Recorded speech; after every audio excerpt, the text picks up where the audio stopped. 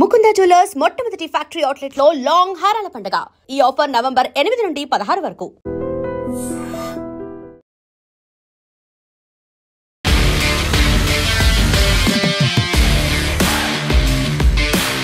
నమస్తే, welcome to I dream weekend update with Kavitha. Jubilee hills by ఎలక్షన్కి సంబంధించి ప్రచారం ఇంకొన్ని గంటల్లో కంప్లీట్ అవ్వబోతోంది. ఆల్మోస్ట్ 60 గంటల్లోనే ఎలక్షన్ కూడా జరగబోతోంది. నవంబర్ 14న ఎవరు విజేతగా నిలుస్తారు? క్యాంపెయినింగ్ మొదలు దొంగ ఓట్ల హడావిడితో మొదలైనటువంటి క్యాంపెయినింగ్ అనేది చివరికి డిఫరెంట్ ట్విస్ట్లు టర్న్లు తీసుకుంది. Talk of the town, talk of the స్టేట్గా మారినటువంటి ఈ సిచ్యువేషన్ జూబ్లీ హిల్స్ బైపోల్లో విజేత ఎవరుంటారు, ఎందుకంత ప్రతిష్టాత్మకంగా మారింది? మనతో పాటుగా ఉన్నారు పొలిటికల్ అనలిస్ట్ పి ప్రకాష్ గారు. హలో అండి, నమస్తే. సో మనం జూబ్లీ హిల్స్ బైపోల్ గురించి గతంలో మాట్లాడుకున్న దానికి ఈ రోజు మనం మాట్లాడుకుంటున్న దానికి ఎంటైర్లీ డిఫరెంట్ చేంజ్ అనేది వచ్చింది. చాలా క్రూషియల్ స్టేజ్లో ఉన్నాము. అంతకంటే కూడా ప్రతిష్టాత్మకంగా పార్టీలు తీసుకుంటున్నాయి, అభ్యర్థుల కంటే కూడా పార్టీలు. ఎందుకంత హాట్ ఫేవరెట్ అయిపోయింది ఇది? అంటే ఇది కాంగ్రెస్కు ఒక విషయం పరీక్ష. ఎందుకంటే ఈ 2 సంవత్సరాలు వాళ్ళ పరిపాలనకు సంబంధించి ప్రజల్లో ఎలాంటి స్పందన ఉంది అనేది ఒకటి దీనివల్ల కొంత తెలుస్తుంది. రెండవది ఏంటంటే రేవంత్ రెడ్డి గురించి కాంగ్రెస్ అధిష్టానానికి కూడా ఒక క్లారిటీ వస్తుంది. ఈయనను పెట్టుకొని ముందుకు పోవచ్చా లేకుంటే మార్చాల్సిన అవసరం ఉంటుందా అంటే. ఎందుకంటే 2 ఇయర్స్కు ఒక రెఫరెండం అని అనుకోవచ్చు కూడా. ఎందుకంటే పార్టీకి రెఫరెండంగా వాళ్ళు చూస్తారు. మనం బయట నుంచి 2 ఏళ్ళు అనేది చిన్న సమయం కాబట్టి ప్రజల కోణంలోనే చూసినప్పుడు అది చిన్న సమయమే. కానీ పార్టీగా పర్ఫార్మెన్స్ ఎట్లుంది మన ముఖ్యమంత్రిది అన్నప్పుడు డెఫినెట్గా ఇది ఒక పరీక్ష ఆయనకి. ఆయన దాన్ని అందుకే ప్రెస్టేజియస్గా తీసుకొని గతంలో ఏ రాష్ట్ర ముఖ్యమంత్రి చేయని విధంగా క్యాంపెయిన్ అంతా నెత్తినేసుకొని తిరుగుతూ ఉన్నాడు. ఇప్పుడు పార్టీ పరంగా చూస్తారా, ప్రభుత్వ పాలన పరంగా చూస్తారా దీన్ని? అంటే పార్టీ ఈయన రైట్ క్యాండిడేటా కాదా అనేది వాళ్ళల్లో కొంత అనుమానాలు వచ్చినాయి. ఖర్గే గారి కామెంట్స్ కావచ్చు, మీనాక్షి గారి కామెంట్స్ కావచ్చు, వాటిని వాళ్ళు మీడియాలో వచ్చిన తర్వాత కూడా ప్రముఖంగా ఒక దినపత్రికలో హెడ్లైన్స్లో వచ్చిన తర్వాత కూడా దాని మీద వివరణ కానీ ఖండన కానీ ఏది లేదు. వాళ్ళు చేయలేదు, వాళ్ళ క్యాడర్ కూడా పెద్దగా చేయలేదు. అంటే ఈ అనుమానాలు వాళ్ళకు ఉన్నాయి. ఈయనతో ముందుకు పోతే మనకు పార్టీ బతుకుద్దా కాబట్టి అది పార్టీ వాళ్ళల్లో ఆలోచన ఉంటుంది. బయట ప్రజల్లో చూసినప్పుడు ఏంటంటే రేవంత్ రెడ్డి వాళ్ళ మెయిన్ అంటే స్టార్ క్యాంపెయినర్స్ లిస్ట్లో 20-25 మంది ఉన్నా కూడా అన్నీ తానే నడిపిస్తున్నాడు. నడిపించినప్పుడు అది వ్యక్తిగతంగా ఆయన ప్రతిష్టకు అది కొలబద్ద. రేపు గెలిస్తే ఆయన క్రెడిట్ వస్తుంది, ఓడిపోతే కూడా ఆయన వల్లనే ఆయన ఈ పథకాలను ఇవ్వకపోవడం కావచ్చు, లేకుంటే ఈ హైడ్రా చేసిన ఇది కావచ్చు, ఎక్సెస్ హైడ్రా మంచిది కాదని ఎవరన్నారు, బట్ అమలు చేసిన తీరులో చాలా లోపాలున్నాయి. అవన్నీ కూడా ఇప్పుడు హైలైట్ అవుతున్నాయి. తర్వాత క్యాండిడేట్ వాళ్ళకు ప్లస్సే కానీ పార్టీ క్యాండిడేట్కు మైనస్. ఆ పార్టీ ప్రచారం ఎక్కువ ఉంది. నవీన్ యాదవ్ వ్యక్తిగతంగా ఎక్కడ ఫోకస్ అవుతలేడు. ఇక్కడ కూడా సునీత గారు పెద్దగా ఫోకస్ ఓన్లీ పక్కన ఉంటున్నారు క్యాంపెయిన్లో, బట్ ఎక్కువ హైలైట్ అవుతున్నది కేటీఆర్ వర్సెస్ రేవంత్. కాబట్టి ఇది ఒక పార్టీకి మధ్య యుద్ధంగానే జరుగుతున్నది. రాష్ట్ర ప్రజలందరూ కూడా దానిపైన దృష్టి పెట్టడానికి ఏంటంటే గతంలో ఒక బై ఎలక్షన్లో బీఆర్ఎస్ ఓడిపోయింది. ఇదన్నా తన సీట్ను తను కాపాడుకుంటుందా, రైజ్ అవుతుందా? ఎందుకంటే కాంగ్రెస్ పాలన వైఫల్యాన్ని వీళ్ళు ఉపయోగించుకోగలుగుతారా, ఎన్క్యాచ్ చేసుకోగలుగుతారా? భవిష్యత్తులో బీజేపీ అగ్రగామి అవుతుందా, బీఆర్ఎస్ అగ్రగామి అవుతుందా? ఇప్పుడు రాబోయే రోజుల్లో పోటీ వాళ్ళిద్దరి మధ్యనే ప్రధానంగా ఉండే పరిస్థితి కనబడతా ఉన్నది. ఇటువంటివన్నీ కూడా అనలిస్టులకు కానీ అందులో క్యాంపెయిన్లో పాల్గొన్న వాళ్ళకి కానీ బయట నుంచి చూసే వాళ్ళకి కానీ ఒక ఇంట్రెస్టింగ్ అంశాలు ఇవి.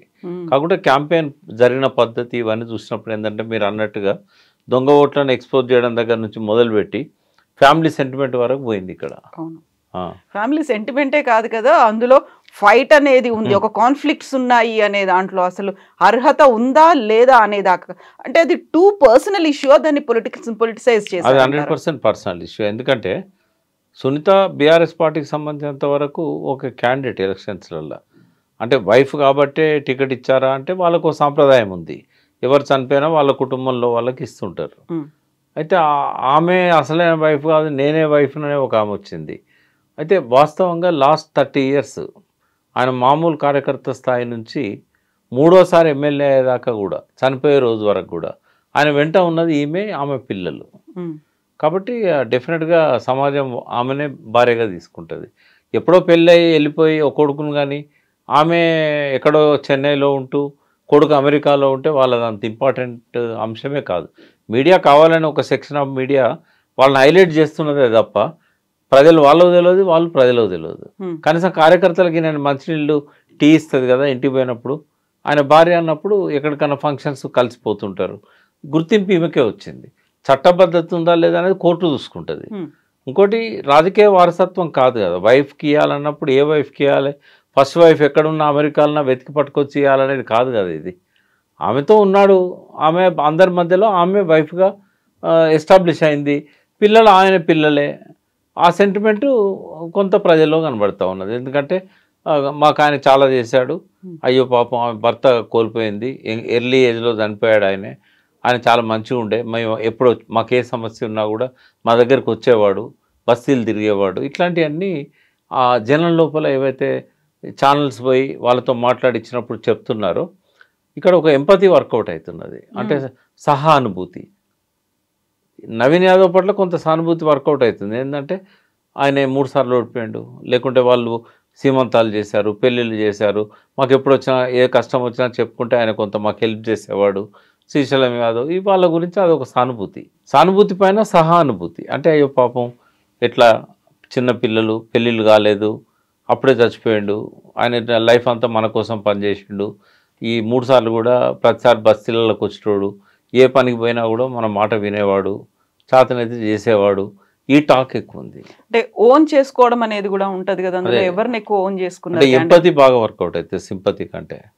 సానుభూతి వేరు, సహానుభూతి వేరు. లీనం కావడం, ఆ బాధలో పంచుకోవడం. ఇక్కడ బాధ పంచుకోవడం ఉండదు, అయ్యో పాపం అని అంటారు. అక్కడనేమో వాళ్ళ బాధను వీళ్ళు వాళ్ళకి ఎంతో కొంత ఓన్ చేసుకుంటారు. కాబట్టి ఎంపతి కొద్దిగా ఎక్కువ వర్కౌట్ అవుతుంది, అందులో మహిళలలో ఎక్కువ వర్కౌట్ అవుతుంది. అయితే ఇక్కడే ఇంకొక అన్ఎక్స్పెక్టెడ్ ట్విస్ట్ ఏంటంటే, మాగంటి గోపీనాథ్ గారి తల్లి కూడా ఇప్పుడు బయటకు వచ్చారు, తను మాట్లాడుతున్నారు. ఆయన హాస్పిటల్లో ఉన్నప్పుడు సొంత తల్లినైనటువంటి నన్నే చూడనివ్వలేదు అనే మాటతో పాటుగా ఆ ఫస్ట్ సన్ ఎవరైతే తారక్ అనే అబ్బాయి ఉన్నాడో ఆయన కూడా నన్ను బెదిరించారు, నేను అమెరికాలో ఉన్నాను, తండ్రి చనిపోవడానికి వస్తుంది, రావాలి అనుకుంటే రానివ్వకుండానే బెదిరించారు అని ఆరోపణ పువ్వాడ అజయ్ మీద చేశాడు. అంటే వాళ్ళంతా ఒక కమ్యూనిటీ. మురళీకృష్ణ ఎవరో ఒక పేరు చెప్పాడు, వాళ్ళ మధ్యలో ఏముందో మనకు తెలియదు. తల్లి విషయంలో ఏంటంటే ఇంకా ఎమోషన్ అవుతాడని ఏమన్నా ఆపారా అంటే, తల్లికుండి కొడుకుండే అటాచ్మెంట్ వేరు కదా. ఆయనే చూస్తూనే ఉన్నాడు కదా, అన్కాన్షియస్ ఏం కాలే కదా, ఆయన లాస్ట్లో అయినట్టున్నాడు. అయితే అట్లా ఈమె కానీ, ఈమె 92 ఏళ్ళ వయసు, 92 ఏళ్ళ వయసు ఉన్న ఆమెను డెత్ బెడ్ మీద ఉన్న కొడుకుని చూడడానికి పోతే ఈమె కూడా ఏమైనా కావచ్చు కదా. ఆ యాంగిల్ ఏమన్నా ఆపిల్లేమో తెలియదు మనకు.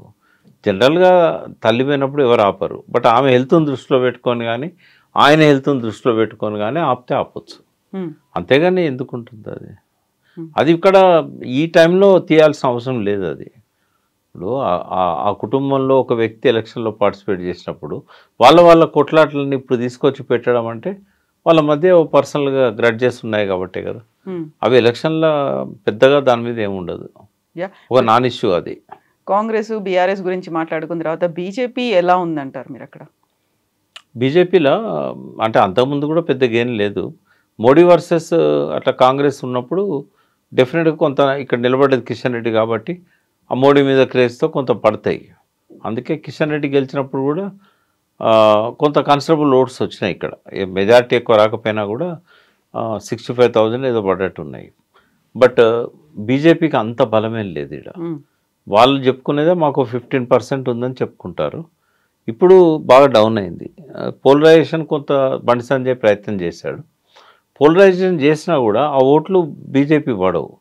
ఆయన ఎంత హిందూ సెంటిమెంట్ రెచ్చగొడితే ఆ రెచ్చగొట్టబడ్డ హిందూ సెంటిమెంట్ అంతా బీఆర్ఎస్ ఖాతాలోకి వస్తుంది చాలా వరకు. బహుశా మీరే అనుకుంటా ఒక పల్స్ మీడియా అతనితో ప్రోగ్రామ్ చేశారు ఈ వీడియో.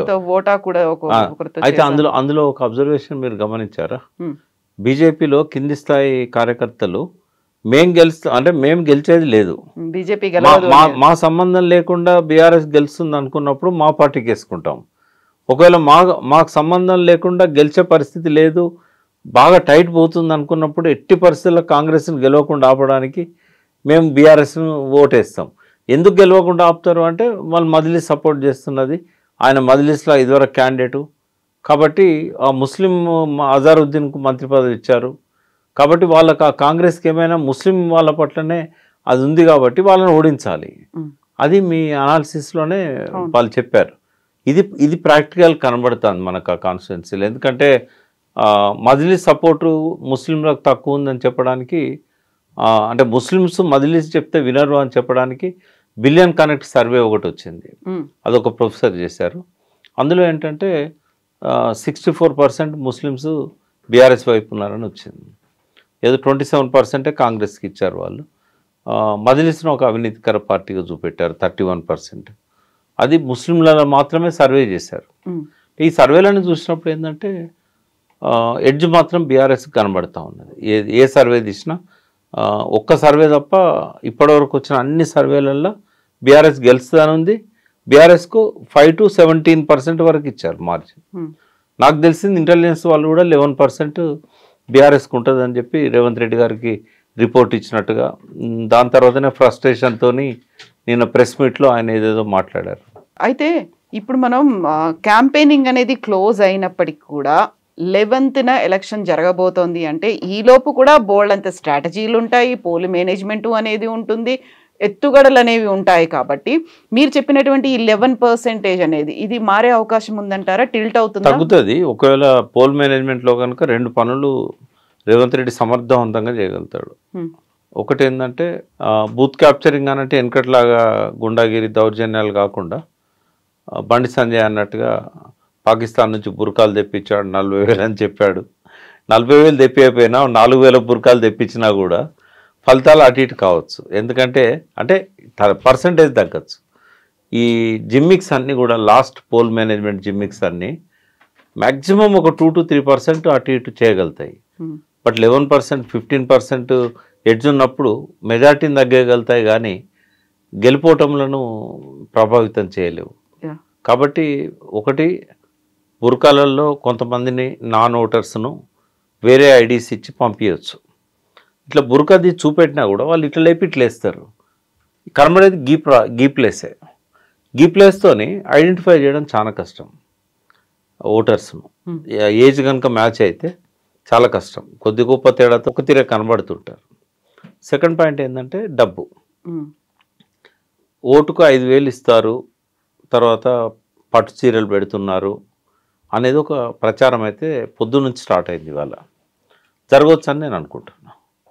అంటే కొన్ని గల్లీలు కదా, అన్ని చిన్న చిన్న బస్తీలు గల్లీలు, అంతటా సీసీటీవీలు లేవు, ఎలక్షన్ కమిషన్ కూడా అంత యాక్టివ్గా ఏం లేదు.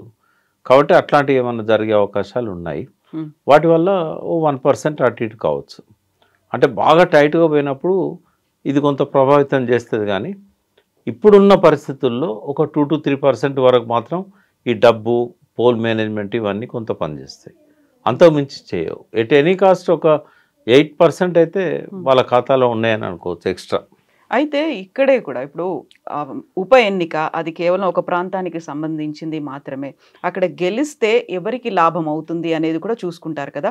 ఒకవేళ కాంగ్రెస్ పార్టీ గెలిస్తే ప్రభుత్వానికి సంబంధించి ఇంకొక అడిషనల్గా ఇంకొక స్థానం వస్తుంది, అది ప్రభుత్వం ఉంది కాబట్టి అభివృద్ధి పథకాలు లభిస్తాయి అనేటువంటిది ఒక క్యాంపెయినింగ్ అవుతుంది. బట్ ప్రతిపక్షంలో ఉన్నటువంటి బీఆర్ఎస్కి ఓటేస్తే వచ్చేటువంటి లాభం ఏంటి అనేటువంటి ఇంకొక వాదన కూడా ఉంది కదా. ఏం చూస్తున్నారు అక్కడ అసలు? అంటే బీఆర్ఎస్ కొన్ని క్యాంపెయిన్లో వాడుతున్న ఆ ప్రశ్నలు కావచ్చు, పదాలు కావచ్చు, అవి కొంత వాళ్ళ మీద పనిచేస్తున్నాయి. అంటే రేవంత్ రెడ్డి హామీలు ఇచ్చి ఉల్లంఘించినా కూడా మీరు గెలిపించారు అంటే రేపేమన్నా ఇవ్వాలనుకున్నా ఆయన ఇవ్వడు. ఎందుకంటే మనం హామీలు ఇచ్చి మోసం చేసినా కూడా మనకు ఓట్లు పడుతూనే ఉన్నాయి. కాబట్టి ఇది ఒక రాంగ్ మెసేజ్ పోతుంది అనేది, ఇక వచ్చేటివి కూడా రావు అనేది అది కొంత పనిచేస్తున్నది సెంటిమెంట్. రెండవది ఏంటంటే హైడ్రాతోని చాలా కుటుంబాలను బయటికి రోడ్ల మీదకి ఇచ్చినా కూడా అయినా జూబ్లీస్ ప్రజలు ఓట్లేశారంటే రేపు మన దగ్గర కూడా ఉన్నాయి కదా అట్లాంటివి, మన మీద కూడా వస్తుంది బుల్డోజర్. బీఆర్ఎస్ చెప్తున్నది అది. మీరు ఆయన చేసే దుర్మార్గాలకు మీరు మద్దతు ఇచ్చినట్టు అవుతుంది, రేపు మీ బస్తీ మీద కూడా బుల్డోజర్ వస్తుందని చెప్పి బాజాబ్తా టీషర్ట్లే వేసుకొని చూపెడుతున్నారు వాళ్ళు. కారు కావాలన్నా బుల్డోజర్ కావాలా. ఇవన్నీ ఇంపాక్ట్ ఉంటుంది. ఏం రాకపోయినా రేవంత్ రెడ్డికి గుణపాఠం చెప్పాలి, మా తులం బంగారం ఇస్తాడు, మా చెక్కులు ఇస్తలేడు షాదీ ముబారక్కి, ఇట్లాంటివన్నీ కూడా ఉన్నాయి. తర్వాత హౌసింగ్ స్కీమ్ ఆపేశాడు. దాదాపుగా 3700 దాకా మనకు నెట్లో ఉన్నాయి. జూబ్లీహిల్స్ నియోజకవర్గంలో 2 BHK అలాట్మెంట్ అయిన లిస్ట్ మొత్తం మీరు నెట్లో ఉన్నాయి. వాళ్ళ ఫోన్ నంబర్లు ఉన్నాయి, ఆధార్ కార్డ్స్ ఉన్నాయి, ముస్లిమ్సా హిందువులా కూడా ఉన్నది. కాబట్టి మీరు ఈ 3వ ఫేజ్లో 4వ ఫేజ్లో ఇవ్వాల్సినవి కేసీఆర్ ఉంటే ఇచ్చేవాడు కదా, ఆపేశారు అనేది. ఇట్లాంటివన్నీ కూడా కొంత వాళ్ళల్లో ఏం రాకపోయినా కూడా ఆయనకి వేయడం వల్ల అదనంగా మనకేం వస్తాయి అనుకోవాల్సిన అవసరం లేదు. ఇచ్చేవాడైతే 2 నెలల నుంచి ఎందుకు ఇవ్వలేదు, 2 years ఆయనే ఉన్నాడు కదా, రేపు ఇస్తాడని గ్యారంటీ ఏంది? కంటోన్మెంట్లో కూడా ఇట్లే మాట ఇచ్చి మోసం చేశాడు కదా, ఏమి ఇవ్వలే కదా. ఊరికే వాళ్ళు ఏదో ఇచ్చినామని చెప్పినా కూడా ఆ ఏరియా వాళ్ళు కూడా దాన్ని కండెమ్ చేశారు, మాకేం కాలేదు, ఏం డెవలప్ చేయలేదు, మమ్మల్ని మాట ఇచ్చిండు చేయలేదు అనేది. అంటే రేవంత్ రెడ్డిని ఆ రకంగానే చూస్తున్నారు. ఈయన మాట ఇస్తాడు కానీ డబ్బులు లేవంటాడు, నన్ను కోసుకొని తినండి, తింటే నేను ఎక్కడి నుంచి తెచ్చేయాలి, నేను అప్పు తెద్దామన్నా నన్ను దొంగను చూసినట్టు చూస్తున్నారు, చెప్పుల దొంగను చూసినట్టు చూస్తున్నారు. ఇటువంటివన్నీ కూడా అందులో ప్లే చేస్తున్నారు. ఈసారి కొత్త క్యాంపెయిన్ ఏంటంటే కేటీఆర్ క్యాంపెయిన్లో వీడియోస్ పెట్టి ఆయన నోటితోనే చెప్పిస్తున్నాడు, నన్ను గెలిపిస్తే తులం బంగారం ఇస్తా. ఇట్లాంటివన్నీ వాళ్ళకు హార్ట్ టచింగ్ ఉంటాయి అన్నట్టు, అవి కొంచెం పనిచేస్తాయి. సో ఇప్పుడు క్యాంపెయినింగ్ ఎంత అవుతుంది, ఏం చేస్తారు, ఏం జరుగుతుంది అన్నదానికంటే కూడా కేటీఆర్ మెయిన్ ఫోకస్గా టార్గెట్ అనేది విపరీతంగా జరుగుతుంది. ఒకటి మాగంటి గోపీనాథ్ తల్లి మాట్లాడినటువంటి మాటలు కావచ్చు, ఈయన మంత్రిగా ఉన్నప్పుడు ఆయన కొన్ని మాటలు మాట్లాడాడు హైడ్రాకి సంబంధించి. ఇప్పుడు ఆయన ద్వంద్వ నీతి అవలంబిస్తున్నారు, లేకుంటే ఇమ్మీడియట్గా తన మాటలను తానే ట్విస్ట్ చేశాడు, అదే మాటలు మాట్లాడారు. అది ఆ పనిని ఇప్పుడు సీఎం రేవంత్ రెడ్డి చేస్తుంటే ఈయన క్రిటిసైజ్ చేస్తున్నాడు. మొత్తం అంతా కేటీఆర్ కేంద్రంగానే క్యాంపెయిన్ కూడా జరుగుతోంది కదా. అంటే జరుగుతున్నది మీరు అన్నది. 1-2 యూట్యూబ్ ఛానల్స్లో చూశాను నేను కూడా. అప్పుడు కేటీఆర్ గారు ఒక మీటింగ్లో అన్నాడు, ఎవరు దురాక్రమణ చేసినా కూడా ప్రభుత్వ భూములను చెరువులను ఎవరు కబ్జా చేసినా కూడా నోటీస్ ఇవ్వకుండా కూల్చేస్తామని చెప్పాడు. మెయిన్గా ఆయన అన్నది బిల్డర్స్ను రియల్ ఎస్టేట్ వాళ్ళని దృష్టిలో పెట్టుకొని. ఇప్పుడు అనడమే కాదు, వీళ్ళ దగ్గర విజువల్స్ ఉంటే చూపెట్టవచ్చు. అయ్యప్ప సొసైటీలో 80 బిల్డింగ్లను కూల్చేశారు. ఆ బిల్డింగ్స్ అన్నీ కూడా ఏంటంటే అండర్ కన్స్ట్రక్షన్లో ఉన్నాయి. అమీన్పూర్లో వీళ్ళు కూల్చేసినట్టుగా ఆ బిల్డింగ్స్ను కూల్చేశారు. అయితే ఇక్కడ సమస్య ఏంటంటే కోర్టు జడ్జిమెంట్ ఇచ్చింది, వాళ్ళు కట్టుకున్న తర్వాత వాళ్ళు అందులో ఉంటున్నప్పుడు మీరు వాళ్ళను బయటికి లాగడము వాటిని కూల్చేయడం కరెక్ట్ కాదు. ఆల్రెడీ కొంతమందికి పర్మిషన్స్ ఉన్నాయి కాబట్టి మీరు వాళ్ళది రెగ్యులరైజ్ చేసి ఆ వచ్చిన డబ్బులతోని మీరు బయట వాళ్ళకి ఏదైనా భూములు కొనియండి ట్రస్ట్కు అని చెప్పారు. అవన్నీ ట్రస్ట్ భూములు. దాంతో కూల్చివేతలు ఆపేశారు. ఆ డేట్ క్రైటీరియా పెట్టుకొని చేశారు. అది ఇక్కడ ఏం జరుగుతుందంటే ఎప్పుడో 40 ఏళ్ళ కింద మీరు కూడా మీ ఛానల్లో చూపెట్టారు. అప్పుడు ఆ బస్తీ పడి దాదాపు 40-45 ఏళ్ళు అయింది. వాళ్ళకు పట్టాలు ఉన్నాయి, వాళ్ళకు హౌస్ పర్మిషన్ ఉంది, వాళ్ళకు బ్యాంకు లోన్స్ ఉన్నాయి. బ్యాంకులు కూడా అది ల్యాండ్ను గుర్తించి ఇది రెగ్యులర్ అయింది లేదా ఒరిజినల్ వాళ్ళదే అని చెప్పి నమ్మి లోన్లు ఇచ్చింది. అటువంటి వాటికి కోర్టు ద్వారా తెలుసుకోవాలి తప్ప డైరెక్ట్ వాళ్ళ మీద బుల్డోజర్లు పంపకూడదు. ఎందుకంటే వ్యాలిడ్ పట్టా ఉంది వాళ్ళకి. అంటే ఆ పరిస్థితి ఎందుకు వచ్చిందంటే స్టార్టింగ్లో వచ్చింది అది. రంగనాథ్ వారి మనం కూడా చెప్పాము ఆయనకి. అంటే వెనకటి రోజుల్లో చెరువులలో పట్టాలన్నది రేవంత్ రెడ్డికి ఆ విషయం తెలియదా మరి లేకపోతే కావాలని చేశాడా మనకు తెలియదు. ఆ పట్టా భూములు కొనుక్కొని అందులో కట్టుకున్నారు. 2001 వరకు సుప్రీంకోర్టు జడ్జిమెంట్ రాకముందు చెరువులలో కూడా ప్రైవేట్ పట్టాలు ఉంటే వాళ్ళు కోర్టు ద్వారా పర్మిషన్ తీసుకొని కట్టుకునేవాళ్ళు. ఒకవేళ మున్సిపల్ వాళ్ళు ఆ చెరువు FTAలు వీళ్ళు మీరు కట్టడానికి లేదు. ఈ FTL అనేది అదివరకు లేదు, బఫర్ జోన్ FTL. ఆ సుప్రీంకోర్టు జడ్జిమెంట్ తర్వాతనే ఇవన్నీ ఫిక్స్ అయినాయి. ప్రైవేట్ అయినా పర్వాలేదు, నీళ్ళుంటే అది కాంక్రీట్ జంగల్ చేయకూడదు అనే జడ్జిమెంట్ 2001లో వచ్చింది. అంతకుముందు చాలా కోర్టులు, హైకోర్టు కానీ కింది మున్సిపల్ కోర్టులు కానీ పట్టా భూమి ఉంటే అది వాళ్ళకి రైట్స్ ఇచ్చాయి, పర్మిషన్ ఇవ్వని మున్సిపాలిటీకి ఆదేశాలు ఇచ్చాయి. అవి ఎట్లా కూలగొడతాడు? పోనీ వాళ్ళకి కొంచెం సమయం ఇవ్వాలి, ఆ ఖాళీ చేయడానికైనా సమయం ఇవ్వాలి. చిన్న పిల్లలు ఏడ్చుకుంటూ చెప్తున్నారు పరీక్షలున్నాయి, మా పుస్తకాలు తెచ్చుకుంటామంటే కూడా మమ్మల్ని పోనీయలేదు, మా గర్భిణి ఉన్నా కూడా వాళ్ళని కనికరించక ఇల్లు కూల్చేశారు, నిండు నెలలు నిండిన ఆమె బయటకు వచ్చి ఎట్లుండగలుగుతుంది, ఇట్లాంటి సెంటిమెంట్ సంబంధించిన అన్నీ కూడా కేటీఆర్ గారు ప్లే చేస్తున్నారు. అయితే ఆ రోజుల్లో కేటీఆర్ గారు అన్నది only real estate mafia builders. ఈ గుడిసెలు వాళ్ళు చేసిన మంచి పని ఏంటంటే గుడిసెల మీదకి బుల్డోజర్లు పంపలే, కూలగొట్టలే. టీడీపీ పాలనలో కొంత జరిగింది, కాంగ్రెస్ పాలనలో కూడా లాస్ట్ 10 yearsలో అది జరగలేదు. కానీ రేవంత్ రెడ్డి వచ్చినాక ఇప్పుడు అది జరిగింది.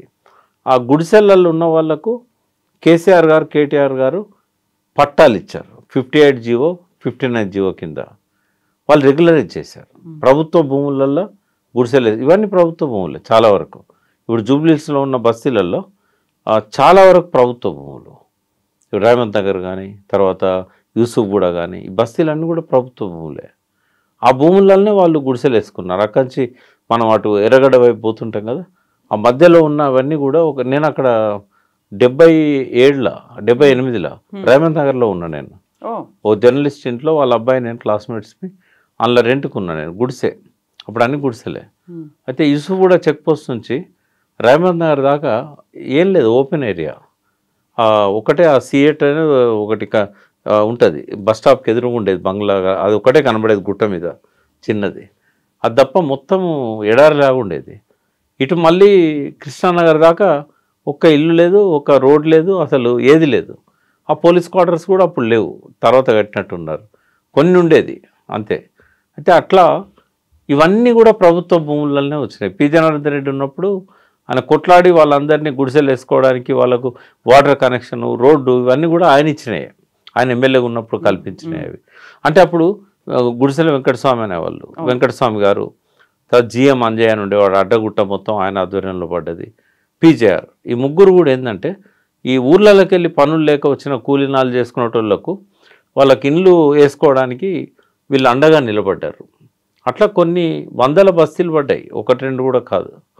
తర్వాత కొన్ని వేల ఇండ్లు పడ్డాయి, లక్షల ఇండ్లు అని కూడా చెప్పొచ్చు. ఇప్పుడు పర్టికులర్గా మనకు జూబ్లీహిల్స్లో ఉన్న బస్తీలన్నీ కూడా చాలా వరకు గవర్నమెంట్ భూములలో ఉన్నాయి. ఇప్పుడు మళ్ళీ ఈయనని గెలిపిస్తే బుల్డోజర్ ఎక్కడ వస్తుంది అనే భయం వాళ్ళకు ఉంది. కానీ ఒక మానవీయ కోణం అనేది ప్రభుత్వాలకు ఉండాలి. అది రేవంత్ రెడ్డి ప్రభుత్వంలో లోపించింది. కేసీఆర్ మాత్రం ఆ మానవీయ కోణాన్ని ఆయన ఎగ్జిబిట్ చేయగలిగాడు వాళ్ళకు పట్టాలు ఇవ్వడం ద్వారా. ఆ డిఫరెన్స్ కనబడుతూ ఉంది. సో ఈ కనిపించేదే నిజంగా రిఫ్లెక్ట్ అవుతుందా? నవంబర్ 14th అదే చూడబోతున్నామా మనం? అదే ఏమన్నా ఒక 1 to 2% అటు ఇటు అయితే కావచ్చు పోల్ మేనేజ్మెంట్ వల్ల. అంటే అది ఈక్వల్గా ఇద్దరికి ఉంటుందమ్మా. పోల్ మేనేజ్మెంట్ ఇద్దరు చేస్తారు, ప్రెస్టీజియస్గా తీసుకున్నారు ఈ ఎలక్షన్ని. వీళ్ళు కూడా ఆడమర్చి ఉండరు. మొన్న ఎక్కడో మన హరీష్ రావు గారి ఫంక్షన్స్లో 11వ రోజు కేటీఆర్ గారు ఉన్నారు అక్కడ. అడ్వాన్స్ కంగ్రాచులేషన్స్ అంటే ఇప్పుడే చెప్పకండి, గెలిచినాక చెప్పండి అన్నాడు. అంటే వాళ్ళకు తెలుసు గెలుస్తున్నామని, కానీ ఆడమర్చి ఉండొద్దు, ఏదైనా జరగవచ్చు, అప్రమత్తంగా ఉండాలి. క్యాడర్కు మనం గెలుస్తున్నాం అనే మెసేజ్ పోతే వాళ్ళు అప్రమత్తంగా ఉండరు. వాళ్ళు కూడా బూతులలో కూడా అలర్ట్గా ఉండాలి అని వాళ్ళు ఆలోచిస్తున్నారు. బట్ ఈసారి minute level planning, micro level planning అనేది బీఆర్ఎస్ చేసింది. అంటే ప్రతి 30-40 మంది ఓటర్లకు, అంటే 10 కుటుంబాలకు ఒక వ్యక్తి చొప్పున వాళ్ళు బయట నుంచి తీసుకొచ్చి మానిటరింగ్ చేశారు అన్ని ఏరియాల నుంచి. ఇక్కడ కూడా క్యాడర్ బాగుంది, 3 సార్లు గెలిచారు కాబట్టి చాలామంది బీఆర్ఎస్ కార్యకర్తలు వాళ్ళు హార్డ్ వర్క్ చేస్తున్నారు. ఆయనతో బెనిఫిట్ అయిన కుటుంబాలు కూడా చాలా ఉన్నాయి. ఈ పథకాల వల్ల బెనిఫిట్ అయినవి కూడా చాలా ఉన్నాయి. అసలే హైదరాబాద్ జనం కొంత బీఆర్ఎస్కు ఫేవర్గా ఉన్నారు. వాళ్ళు చూశారు ఈ 42 ఫ్లైఓవర్స్ కానీ, 20కి పైన అండర్ పాస్లు కానీ ఇవన్నీ చూశారు వాళ్ళు. కాబట్టి పాజిటివ్గా ఉన్న ఓటును కాపాడుకోవడం, కొంత కాంగ్రెస్ భ్రమల్లోకి పోకుండా అటువైపు ఉన్న న్యూట్రల్ ప్రజలను తమ వైపు తెచ్చుకోవడం, ఈ క్యాంపెయిన్ వాళ్ళు బాగా చేయగలిగారు. కేటీఆర్ కూడా అన్ని రోడ్ షోలు కూడా సక్సెస్ అయినాయని, ఈవినింగ్ మీటింగ్స్ కానీ. ఒక్కటి వర్షం వల్ల యూసుఫ్ కూడా ఏదో ఒకటి పోయినట్టుంది, మిగతా అన్ని బాగా సక్సెస్ అయినాయి. ఇవాళ రేపు మళ్ళీ ఎక్కడైతే ఆయన పోలేదో అది కవర్ చేసుకోగలుగుతారు, టైం ఉంది కాబట్టి.